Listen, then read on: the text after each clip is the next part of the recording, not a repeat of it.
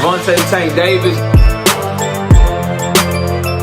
Let Shakur Stevenson. Devin Haney know y'all ain't built like that, bro.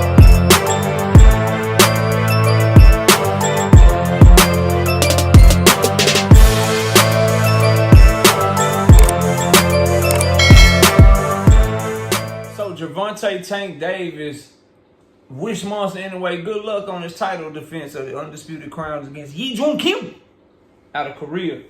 And Monster wrote back, you know what I mean, and said thank you, basically. I'm paraphrasing, obviously. And obviously that's got the buzz going, that's got the talk going around. Tank Davis, Monster Inoue, potential super fight. A lot of people want to see them meet in the middle, potentially fight at 130 pounds. Tank Davis coming up. Tank Davis coming up to 130. Tank Davis going down to 130. Monster coming up to 130 to possibly get it on and get it cracking. Now, for me, bro, I understand why a lot of people like this fight. I do. Monster's a bad boy, two-time undisputed champion, multiple division champion. Dude can fight. I'm fucking with Monster heavy, like. He grew on me since I started this channel. I really wasn't rocking with him, but the more and more I watched him fight, getting content for the channel, trying to study up to be the best content creator and best boxing analyst that I can be, I started like, yo, Monster like that. He can fight. However, I stand in the same place with Monster versus Tank that I stand with Canelo versus Bud Crawford, and that is this. Before I see Tank Davis versus Monster, I need to see what Monster looked like at featherweight. What he looked like at 130, right? Because I'm not a hypocrite. I don't like Canelo versus Bud for that reason right there. Like, what does Bud Crawford look like at 168? It's a hope and a prayer. Conventional wisdom and history tells us when you go up in weight, guys take your punches better. When you go up in weight, carrying extra weight, your stamina is depleted. You don't punch as hard, right? When you get 38 years old, conventional wisdom tells us you're not the fighter that you were at 32, 33 years old. So Bud is 38 years old now, potentially fighting Canelo Alvarez, coming up 3 weight classes in 2 fights, which is the equivalent of 21 pounds.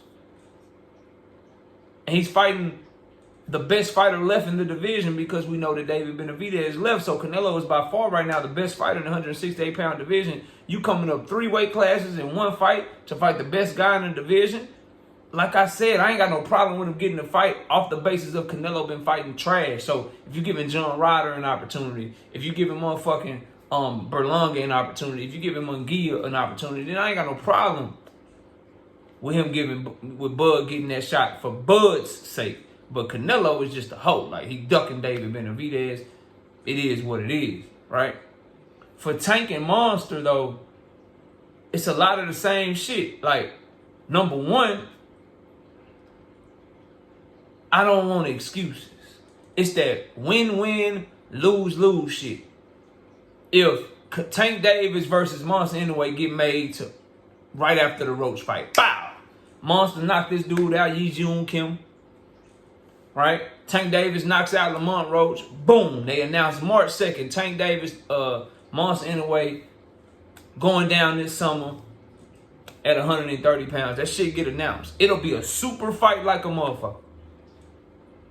Before I tell you why it's a super fight, I'm going to first tell you why I don't like the fight. And it's for a lot of the same reasons you've heard me speak on Canelo and Crawford. Number one, win-win, lose-lose. Tank Davis in a lose-lose position. Yeah, a lose-lose fucking position. He beat Monster Inoue ass. You supposed to. He came up 3 weight classes. You supposed to. He started his career at 105 pounds. He's the smaller guy. So you knock him the fuck out. You supposed to, Tank. No credit. You supposed to. Monster is competitive. Or Monster wins the fight against Tank Davis.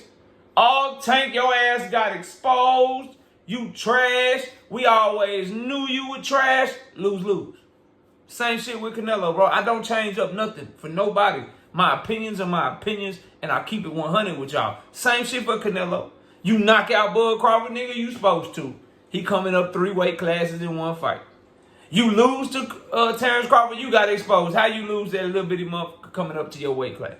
So it's a lose-lose for Tank Davis, bro. Like, you can't really give him credit. Monster is a small guy. And if he knocks, and if he loses, that's even worse. For Monster Inoue, it's a win-win. It's no legacy on the line for Monster, bro. It's only good for him and only bad for Tank if this super fight happens. He moves up, he fights hard, shows a lot of heart, gets knocked out by Tank Davis. Well, what do you expect? Tank Davis is a knockout artist. He punches hard. He's one of the hardest punches in boxing. Monster Inoue moved up and dared to be great. You got nothing to lose. He can go back down. He's still 2-time undisputed champion. He can go right back down to 130. He beat everybody else at 130, though. He beat every featherweight in the world, though. He can beat every featherweight in the world, though. He'll beat them all. Monster will beat them all. Nothing to lose, bro. Nothing to lose. That's a win. All he got to do is fight hard, and he's straight. And you know Monster going to fight hard. All he got to do is fight hard, ain't nobody going to say shit. And if he wins, oh my God, he's better than Floyd Mayweather, the greatest fighter that ever existed. It's a win-win. I want to make it where both have something to lose, which is why I would want Monster. Go to 126. Let me see what you look like against Rafael Espinoza. Knock him the fuck out. Now, Tank coming to meet you at 130. You coming up to 130 from 126. Now we fucking talking. Now we cooking with fish grease. Now we can get to it, bro. You beat a Brandon Figueroa at 126. You get up there to 130, you knock out an O'Shaquie Foster. Now Tank coming down in your weight class. Okay. Now we like, okay, his power carried up.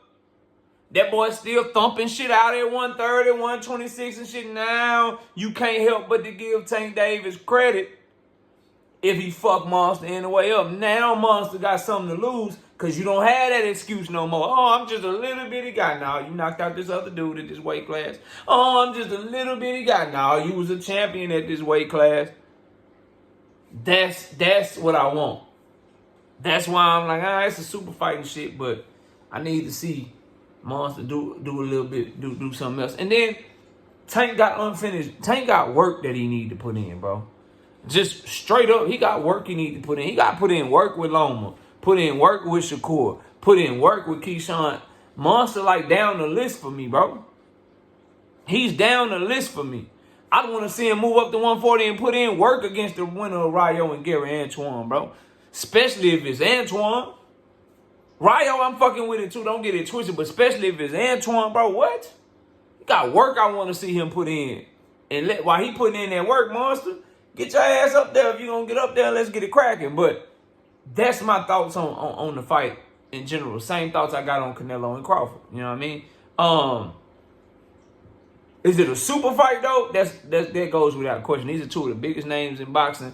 Tank Davis is out here kicking ass in America with live gates and fucking pay-per-views, and he just doing his thing. Monster putting 55,000, 60,000 people in the stadium in Japan and shit. Bro, Tank versus Monster in Vegas. What? You know them Japanese high rollers love they goddamn gambling in Vegas and shit. They showing up. You gonna see the little white flag with the red circle in that bitch all throughout Vegas on fight week. I promise you. Casino's gonna be booming. It ain't gonna be an open seat at the high roller tables anywhere to be found, bro. Them boys fight. And then the pay-per-view buys here in America and in Japan, bro, they going crazy. That is indeed a super fight. Worldwide, both sides of the world, bro. You can't deny that shit. It's a super fight if it happened right now, when I don't want it to happen. It's a super fight if it happened down the line, if Monster move up and kind of show what he can do with the higher weight classes first. It's a super fight whenever it happens, long as they both keep winning, fam. So that's my thoughts on it. Y'all let me know what y'all think. Tank versus Monster. Me, it's trash to me right now.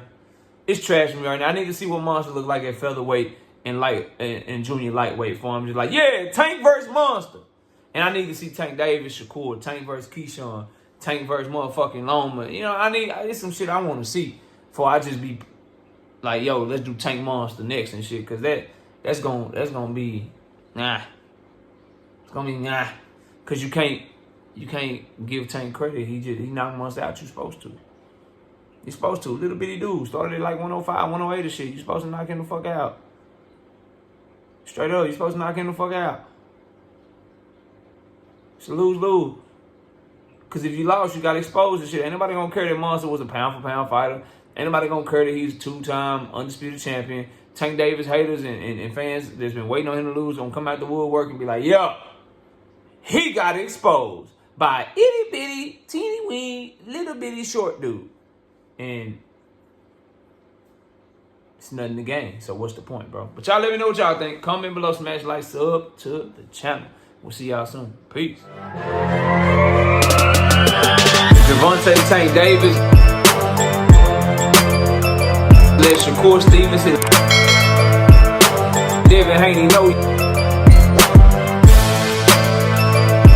y'all ain't built like that, bro.